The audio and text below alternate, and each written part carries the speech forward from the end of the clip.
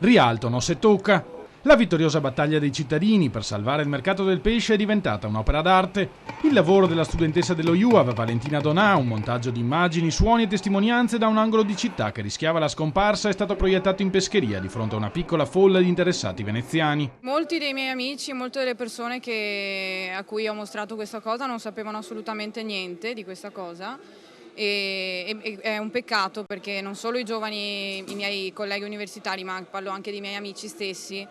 È triste il fatto che sia stata così messa in secondo piano, è una cosa vitale il mercato. Una concezione dell'arte assai diversa da quella di cui siamo abituati a sentir parlare in questi giorni di Biennale. Questa volta l'artista se ne infischia dei salotti e delle esposizioni alla Page per tornare a occuparsi della vita della città. Anche una che lavora da tantissimo anni nel campo dell'arte contemporanea comincia a stuffarsi dell'arte dove il valore del soldo, dei soldi sopravvale ai contenuti. Questa è una cosa che comincio a sentire molto fastidiosa e voglio che un giovane artista sente la necessità di fare una cosa e la trova in genere, penso io, oggi in questo mondo nei problemi che ci circondano. Nel frattempo i cittadini si preparano a una nuova battaglia, questa volta a difesa del mercato ortofrutticolo. Dopo il rifiuto degli operatori di trasferire i mercati all'ingrosso del Tronchetto in un capannone meno servito e di dimensioni più ridotte, il comune ha deciso di non rinnovare le concessioni a 6 aziende.